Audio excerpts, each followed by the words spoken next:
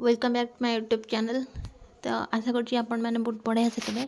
तो आज आम आलोचना करवा आदि मध्य युग पंचशखा युग है। आदि मध्य युग पंचशखा युग को मध्य युग कहुए। चलो तो आरंभ करवा। प्रथम कौन देला ना ख्रीष्टाब्द 16 शताब्दी आरंभ सप्तदश शताब्दी मध्य भाग पर्यंत माने 1500 रु 1650 हूँ पंचशखा युगर समय सीमा। मन रखिए पंचशखा युग भाव में परिचित आलोचित सुकरता दृष्टि प्रस्तुत आलोचन यह युगर दुई भाग में विभक्त कर पंचशखा युग जोटा कि पंचशखा नाम कौन करथिला ना बलराम दास। आपण मैंने जानते बलराम दास, अच्युतानंद दास, यशवंत दास आ अनंत दास आ कन्हाई खुंटिया माधव पट्टनायक माधवी दास एमाने थिले कौन ना तांकर माने समकालीन कवि। परवर्ती रीतियुग क्षेत्र प्रस्तुत करथिले अर्जुन दास, शिशु शंकर दास, नरसिंह सेन, कार्तिक दास, विष्णु दास, प्रताप राय प्रमुख पौराणिक काल्पनिक काव्यसृष्टा समेत केते जन करी एही द्वितीय युग में स्थान दे पारजंती है। तापर आसला तार पंचशखांकर राजनैतिक परिस्थिति। पंचशखांकर आविर्भाव घटिला प्रतापरुद्र देवंकर शासन काल जोटा कि 1497 रु 1540 प्रतापरुद्र देवंकर समय सीमा थिला। तापर प्रतापरुद्र देव थे सूर्यवंशर प्रतिष्ठाता महाप्रतापी कपिलेन्द्र देवंकर पुत्र। आपण मैंने जानते प्रतापरुद्र देव कपिलेन्द्र देवंकर पुत्र। सम्राट कपिलेन्द्र देव और तिदब्द पुत्र पुरुषोत्तम देव जो विशाल गौरवान्वित साम्राज्य प्रतिष्ठा करले ताहार उत्तराधिकारी। मात्र यही विशाल तथा गौरव उज्ज्वल सम्राट प्रतापरुद्र देवंक अमूल अक्षुण्ण रही पारला नहीं। 1509 ख्रीष्टाब्द जो प्रतापरुद्र देव दक्षिणांचल युद्धरत थिला बेले सेतेबेले कौन करथिले ना बंग सुल्तान सेनापति इस्माइल गाजी ओडिशा आक्रमण करथिले आ लुंठन करथिले। सेतेबेले पुरीर पंडा माने जगन्नाथ को चिलिका कूल चढ़ई गुहा पहाड़ रे लुचेई कर रखिले। से संवाद पाई प्रतापरुद्र देव कौन करथिले ना पुनश्च फेरी जाइथिले आ मुसलमान सैन्य मानक हुगुली जिला पर्यंत छाड़ी देथिले। सेठारे से मंदारण दुर्ग अवरोध करिथिबा समय तांकर मंत्री कौन थिले ना गोविंद विद्याधर विश्वासघातकता करी मुसलमान मानक पक्षभुक्त हेबारु से राजधानी को प्रत्यावर्तन करथिले। से घटना शुणी तांको अत्यंत दुख देइछि। आउ जेतेबेले से दुखित होइचंती सेतेबेले पूर्वरु परास्त विजयनगर राजा और साम्राज्य केतेकांश हरैथिबा अन्यान्य राजा क्रमशः शक्ति संग्रह निज निज वृद्ध राज्य अधिकार करनेइछंती। परे कौन है ना 1509 ख्रीष्टाब्द विजयनगर राजपद अभिव्यक्ति कृष्णदेव राय सिंहासन आहरण करने मात्रे ओडिशा विरोध में युद्ध घोषणा करिसेंती। तापर आसला एटा बेसी किछि नाही। तापर एटा स्क्रीनशॉट मार दियंतु। तापर आसला पंचशखा गण विषय देखिबा। शताब्दी धरी वैदिक बौद्ध वैष्णवादी माने मतवाद ओडिशा रे राज्य पृष्ठपोषकता तथा सामाजिक समर्थन लाभ करले। 16 शताब्दी बेलू पंचशखा किए ना पूर्वर कहली बलराम, जगन्नाथ, अच्युत, यशवंत, अनंत एमाने थिले दास संज्ञाधारी वैष्णव। मन रखियो पंचशखा माने थिले दास संज्ञाधारी वैष्णव। वैष्णव जनित विनय भाव जोगु एमाने कुलचित संज्ञा परिहार करी माने दास संज्ञा धारण करथिले। तांकर निज संज्ञा धारण करी से माने दास संज्ञा पंचशखा माने धारण करथिले। एमानकर परमाराध्य देवता थिले श्री जगन्नाथ महाप्रभु। मन रखिए माने फर्स्ट आसला कौन पंचशखा माने थिले दास संज्ञाधारी वैष्णव। परवर्ती समय कौन है ना तांकर परमाराध्य देवता थिले जगन्नाथ महाप्रभु दासन दास रूपे निजको परिचित कराइले। से माने श्री चैतन्य सखा थिबारु एमानकर नामित है पंचशखा। मन रखिए पुनश्च एमाने पंचशखा पंचप्रिय बंधु भाव में पंचशखा थिले। श्री चैतन्य संपर्कित बंगीय रचना मानकर पंचशखा संबंध में कौन सी अभ्यास मिलू नथिले हैं पंचशखा साहित्य रे यह यथेष्ट प्रमाण मिले। ସେମାନେ ନିଜକୁ ଶ୍ରୀ ଚୈତନ୍ୟଙ୍କର ପାଞ୍ଚ ସଖା ବୋଲି ମନେ କରୁଥିଲେ। କିଏ ନା ଏଇ ପାଞ୍ଚ ସଖା। ଅଚ୍ୟୁତାନନ୍ଦ ଦାସଙ୍କର ଶୂନ୍ୟ ସଂହିତାରେ ଚୈତନ୍ୟଦେବ ଏହି ପଞ୍ଚ ମହାପୁରୁଷଙ୍କୁ ପଞ୍ଚ ଆତ୍ମା ଭାବରେ ସ୍ୱୀକାର କରିଥିବାର ଉଲ୍ଲେଖ ରହିଛି। ହେଲା, ତାପରେ ଆସିଲା ଶ୍ରୀ ଚୈତନ୍ୟ ଓଡ଼ିଶା ଆଗମନ।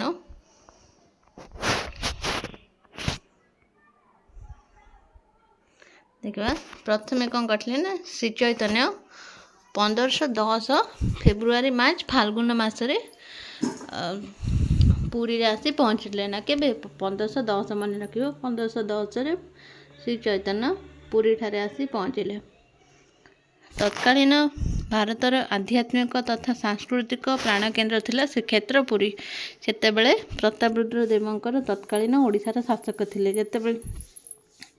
ଯେତେବେଳେ ଶ୍ରୀ ଚୈତନ୍ୟ 1510 ଖ୍ରୀଷ୍ଟାବ୍ଦରେ ଆସି ପୁରୀରେ ପହଞ୍ଚିଲେ, ସେତେବେଳେ ଓଡ଼ିଶାର ଶାସକ ଥିଲେ ପ୍ରତାପରୁଦ୍ର ଦେବ। ତାଙ୍କ ରାଜ୍ୟ ଉତ୍ତରରେ ତ୍ରିବେଣୀ ଠାରୁ ମାନେ ଗଙ୍ଗାଘାଟ ଠାରୁ ଦକ୍ଷିଣରେ ପ୍ରାୟ ରାମେଶ୍ୱର ପର୍ଯ୍ୟନ୍ତ ବିସ୍ତୃତ ଥିଲା। ସେହି ସମୟରେ ରାଜାମାନେ ବ୍ରାହ୍ମଣ ଶାସନ ବସାଇଥିଲେ। ଉତ୍କଳୀୟ ବୈଷ୍ଣବ ଧର୍ମକୁ ଆଦର କରୁଥିଲେ ହେଁ ଉତ୍କଳର ରାଗାନୁଗ ଭକ୍ତି ଧର୍ମର ପ୍ରଚାର ପ୍ରସାର ସୀମିତ ଥିଲା। ମାନେ ରାଧାକୃଷ୍ଣ ସହିତ ପ୍ରେମ ଭକ୍ତ ଭାବନା ଆଉ ସାଧନା ଉତ୍କଳୀୟମାନଙ୍କୁ ଅବଦିତି ନଥିଲେ ହେଁ ଏହା ସମସ୍ତଙ୍କୁ ଅନୁପ୍ରାଣିତ କରାଯାଇଥିଲା। ତାପରେ ଏଗୁଡ଼ା କିଛି ଇମ୍ପୋର୍ଟାଣ୍ଟ ନାହିଁ, ସ୍କ୍ରିନଶଟ୍ ମାରିଦେବେ।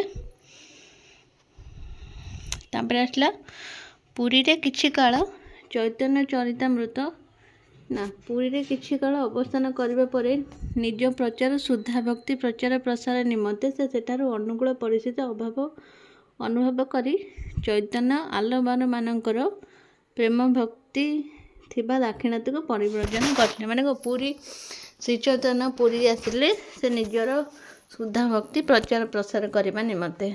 ଦିନେ ହଠାତ୍ ଗୋଦାବରୀ ନଦୀ ତଟରେ ଚୈତନ୍ୟ ଆଉ ରାୟ ରାମାନନ୍ଦଙ୍କର ସାକ୍ଷାତ ହେଲା। ତାପରେ ଆସିଲା ପଞ୍ଚସଖା ଆଉ ଶ୍ରୀ ଚୈତନ୍ୟଙ୍କ ମଧ୍ୟରେ। ଦେଖିବା, ଶ୍ରୀ ଚୈତନ୍ୟ କ୍ଷେତ୍ରରେ ଅବସ୍ଥାନ କରୁଥିବା ସମୟରେ ପ୍ରତିଦିନ ଭକ୍ତମାନଙ୍କର ଗହଣରେ ମନ୍ଦିରକୁ ଯାଇ ଶ୍ରୀଜୀଉଙ୍କର ଦର୍ଶନ କରିଥିଲେ ଆଉ ମନ୍ଦିର ବେଢ଼ା ପରିକ୍ରମା କରିଥିଲେ। ଏକଦା ସେ ମନ୍ଦିର ବେଢ଼ାରେ ଯେତେବେଳେ ବଟ ଗଣେଶଙ୍କ ପାଖରେ ବସି ପୁରାଣ ଚର୍ଚ୍ଚା କରୁଥିଲେ, ସେହି ସମୟରେ ସେ ଜଗନ୍ନାଥଙ୍କୁ ଭେଟିଥିଲେ। ଜଗନ୍ନାଥ ଦାସ ଭାଗବତ ପୁରାଣକୁ ଅତି ସରଳ ନବାକ୍ଷରୀ ଛନ୍ଦରେ ଲେଖି ଶ୍ରୋତାମାନଙ୍କୁ ବୁଝାଉଛନ୍ତି। ଆପଣମାନେ ଜାଣିଥିବେ ଭାଗବତର ରଚୟିତା କିଏ? ଜଗନ୍ନାଥ ଦାସ। ଭାଗବତ ଜଗନ୍ନାଥ ଦାସ। ହେଲା, ସେତେବେଳେ କ'ଣ କରିଲେ ନା ଜଗନ୍ନାଥଙ୍କୁ ଦେଖିଥିଲେ। ସେତେବେଳେ ଜଗନ୍ନାଥଙ୍କର ବୟସ ଥିଲା ମାତ୍ର 18 ବର୍ଷ। ମନେ ରଖିବେ, ଯେତେବେଳେ ସେ ଶ୍ରୀ ଚୈତନ୍ୟଙ୍କୁ ଭେଟିଲେ ସେତେବେଳେ ଜଗନ୍ନାଥ ଦାସଙ୍କର ବୟସ ଥିଲା 18 ବର୍ଷ। ଶ୍ରୀ ଚୈତନ୍ୟ ଜଗନ୍ନାଥ ଦାସଙ୍କର ଅସାଧାରଣ ପାଣ୍ଡିତ୍ୟ ଅସାମାନ୍ୟ ଭକ୍ତି ଭାବରେ ମୁଗ୍ଧ ହେଲେ। ତାପରେ ଦୁଇ ଜଣଙ୍କ ମଧ୍ୟରେ ବନ୍ଧୁତା ସ୍ଥାପିତ ହେଲା। ବଳରାମ ଦାସଙ୍କ ଠାରୁ ଦୀକ୍ଷା ନେବାକୁ ଶ୍ରୀ ଚୈତନ୍ୟ ଜଗନ୍ନାଥ ଦାସଙ୍କୁ ଉପଦେଶ ଦେଇଥିଲେ ଆଉ ତାଙ୍କୁ ଅତି ବଡ଼ି ଉପାଧିରେ ଆଖ୍ୟାତ କରିଥିଲେ। ଜଗନ୍ନାଥ ଦାସଙ୍କ ସହିତ ଶ୍ରୀ ଚୈତନ୍ୟ ଏପରି ବନ୍ଧୁତ୍ୱ ଦେଖିଲା ପରେ ତାଙ୍କର ବଙ୍ଗୀୟ ଭକ୍ତଗଣ ଈର୍ଷା ପରବଶରେ ହୋଇ ତାଙ୍କୁ ତ୍ୟାଗ କରିଥିବା ଘଟଣା କଥା ମାଧବ ପଟ୍ଟନାୟକଙ୍କ ବୈଷ୍ଣବ ଲୀଳାମୃତ ଆଉ ବିପ୍ର ଦିବାକର ଦାସଙ୍କର ଜଗନ୍ନାଥ ଚରିତାମୃତରେ ବର୍ଣ୍ଣନା ରହିଛି। ସେ ଚୈତନ୍ୟଙ୍କର ନିକଟରେ ସଦାସର୍ବଦା ରହି ତାଙ୍କ ପାଦସେବା କରୁଥିବା କଥା ବର୍ଣ୍ଣନା କରାଯାଇଛି। ଏଗୁଡ଼ା କିଛି ବେଶୀ ଇମ୍ପୋର୍ଟାଣ୍ଟ ନାହିଁ। ଏଇଟା ଗୋଟେ ଆସିଲା ଶ୍ରୀ ଚୈତନ୍ୟ ଦେବଙ୍କ ଆଦେଶ ଅନୁଯାୟୀ ସନାତନ ଗୋସାଇଁ ଅଚ୍ୟୁତାନନ୍ଦଙ୍କୁ ଦୀକ୍ଷା ପ୍ରଦାନ କରିଥିଲେ। ଏଇଟା ମନେ ରଖିବ, ଚୈତନ୍ୟ ଦେବଙ୍କର ଆଦେଶ ଅନୁସାରେ ସନାତନ ଗୋସ୍ୱାମୀ ଅଚ୍ୟୁତାନନ୍ଦଙ୍କୁ ଦୀକ୍ଷା ଗ୍ରହଣ କରିଥିଲେ। ଆଉ ତାପରେ ଆସିଲା ପଞ୍ଚସଖା ଏକ ସ୍ପଷ୍ଟୀକରଣ। ଏଇଟା ସ୍କ୍ରିନଶଟ୍ ନେଇଯାଆନ୍ତୁ। ଏଠି ଗୋଟେ ଇମ୍ପୋର୍ଟାଣ୍ଟ ଆସିଲା ନା ପଞ୍ଚସଖା ଏକ ପ୍ରବଞ୍ଚନା। ଏଇ ପୁସ୍ତକଟା କାହାର? ସଚ୍ଚିଦାନନ୍ଦ ମିଶ୍ର।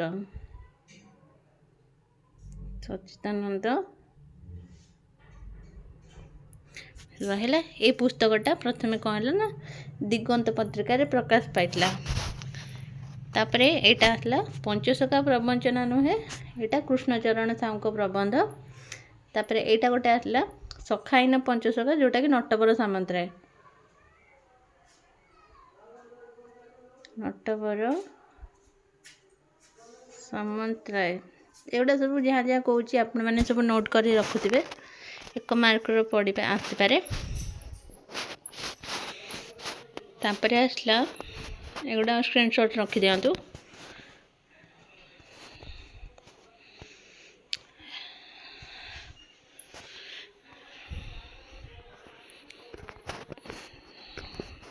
तापर देखिबा बलराम दासंकर विराट गीता अनुसार भगवान विराट रूप में यहाँ गोटे इम्पोर्टाट पॉइंट, विराट रूप में शून्यर अवस्थान करुले। यही सृष्टिक्रिया साधना निमंते से शून्य बिंदु निक्षेप कले। प्रथम कले ना बिंदु निक्षेप कले, से ही बिंदु आकाश सृष्टि है। धूमबर्ण धारण करले, से ही धूमबर्ण शक्ति और शक्ति जात ओज जात है। ओंकार त्रिव्रज, त्रिव्रज नाम उत्पत्ति है। से ही नाम कौन है ना ब्रह्मा विष्णु शिव परे जगत सृष्टि है। जगन्नाथ दासंकर ए उक्तिटा थिला जगन्नाथ दासंकर तुला वीणारे आनीत, तुला वीणा जोटा कि ज्योति रूपरू ठूल जात, ठूलरू जात अधमाता, अधमातारू ओंकार जन्मिला। यहाँ जहाँ भी हो। तापर आसला शून्यवाद, स्क्रीनशॉट रखी दिखते सब। तापर योग साधना,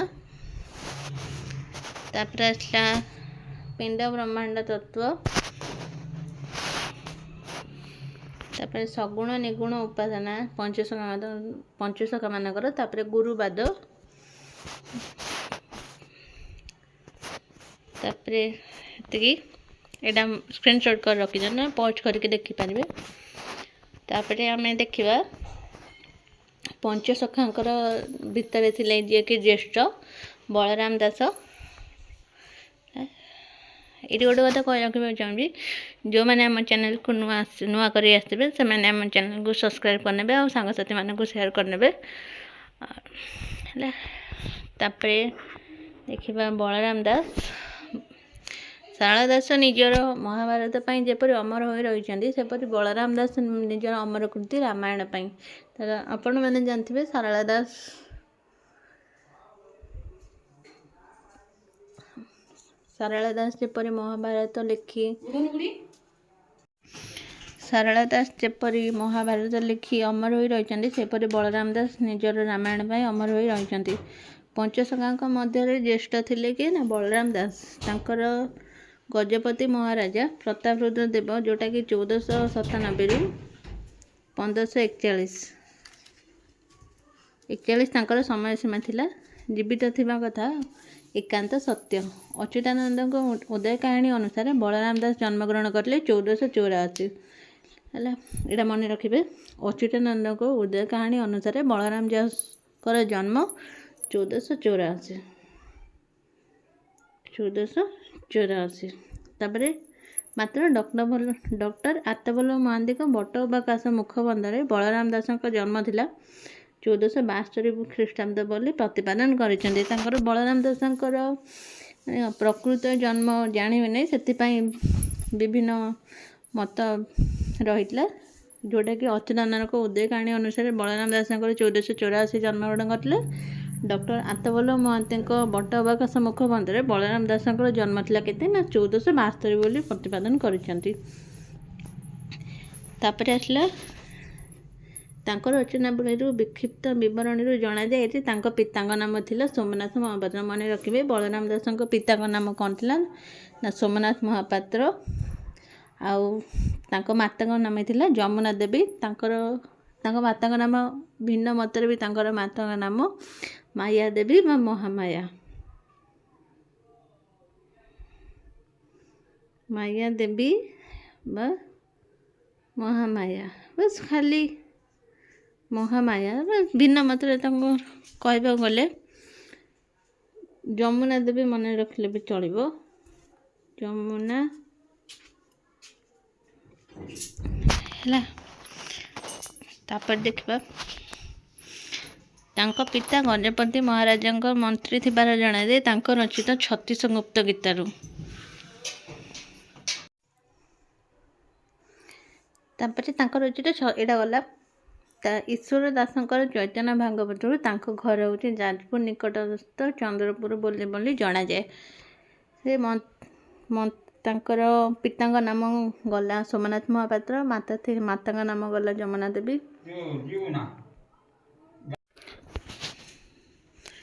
ତାଙ୍କ ପିତାଙ୍କ ନାମ ଗଲା, ମାତାଙ୍କ ନାମ ଗଲା।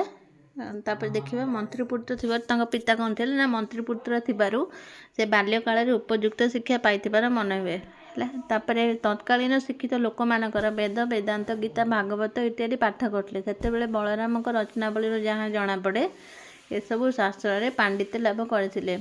ସେ ଜାତିରେ ଥିଲେ ଶୂଦ୍ର ଆଉ ଜଗମୋହନ ରାମାୟଣ ତଥା ଅନ୍ୟାନ୍ୟ କେତେକ ରଚନାରେ ନିଜ ଶୂଦ୍ରମୁନି ଭାବେ ପରିଚିତ କରାଇଛନ୍ତି। ତାପରେ ଦେଖିବା ଯୋଗସିଦ୍ଧ ମହାତ୍ମା ଥିବାରୁ ସେ ଅନ୍ୟ 4 ସଖା ତାଙ୍କୁ ଯଥୋଚିତ ସମ୍ମାନ ପ୍ରଦର୍ଶନ କରିଥିଲେ। ପଞ୍ଚସଖାଙ୍କର ମଧ୍ୟରୁ ଜ୍ୟେଷ୍ଠ କିଏ ଥିଲେ ବଳରାମ ଦାସ। ତାଙ୍କର ଆଉ ସବୁ ଯେଉଁ 4 ସଖା ଥିଲେ ସେଥିପାଇଁ ସେ ଯୋଗସିଦ୍ଧ ଥିବାରୁ ସେ 4 ଜଣ ସଖା କ'ଣ କରିଥିଲେ ନା ବଳରାମ ଦାସଙ୍କୁ ସମ୍ମାନ ପ୍ରଦର୍ଶନ କରିଥିଲେ। ଜଗନ୍ନାଥ ମହାପ୍ରଭୁଙ୍କର ସେ ଥିଲେ ପରମ ଭକ୍ତ। ଜଗନ୍ନାଥ ମହାପ୍ରଭୁଙ୍କ ସହିତ ଲଙ୍କା ଗମନ କରିଥିବା କଥା, ତାଙ୍କୁ ରଥକୁ ଭକ୍ତି ଡୋରରେ ଅଟକାଇ ରଖିଥିବା ଇତ୍ୟାଦି ଅଲୌକିକ କାହାଣୀ ତାଙ୍କ ଗ୍ରନ୍ଥରେ ରହିଛି। ଯେଉଁଟାକି ତାଙ୍କର ରହିଛି ବଟ ଅବକାଶ ଗୋଟେ ଅଛି ଗ୍ରନ୍ଥ, ଯେଉଁଥିରେ କି ସେ ଲଙ୍କା ଦର୍ଶନ ଆଉ ତାଙ୍କର ଲଙ୍କା ଦର୍ଶନ ଗମନ କରିଥିବା କଥା ବଟ ଅବକାଶରେ ନେକ୍ସଟ କ୍ଲାସ୍ ଆମେ ପଢ଼ିବା।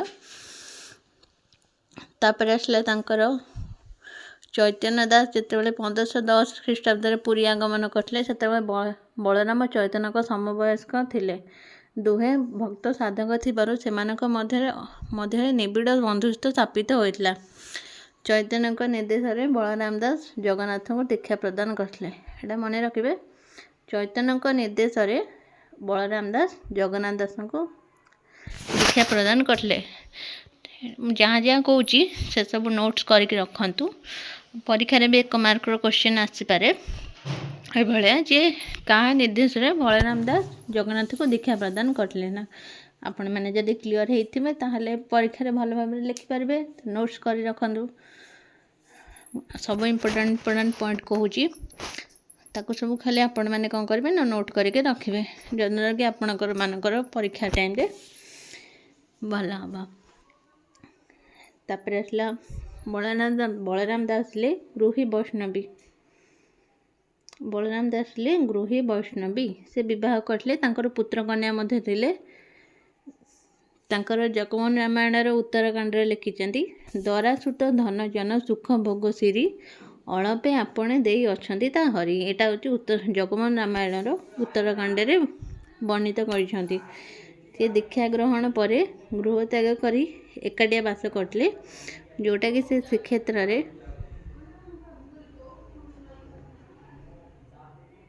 ଟିକେ ରହନ୍ତୁ ପିଲାମାନେ,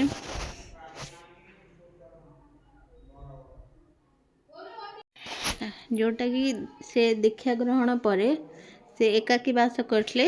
ଶ୍ରୀକ୍ଷେତ୍ରରେ ଅନେକ ଦିନ ବାସ କରିବା ପରେ ତାଙ୍କ ରଚନାବଳୀରୁ ଜାଣିବାକୁ ମିଳେ ତାଙ୍କର ପୁରୀ ବାଙ୍କି ମୁହାଣ ନିକଟସ୍ଥ ଗନ୍ଧର୍ବ ମଠକୁ ସେ ତାଙ୍କର ସାଧନାର ପୀଠ ଭାବରେ ବାଛି ନେଇଥିବାର ଶୁଣାଯାଏ।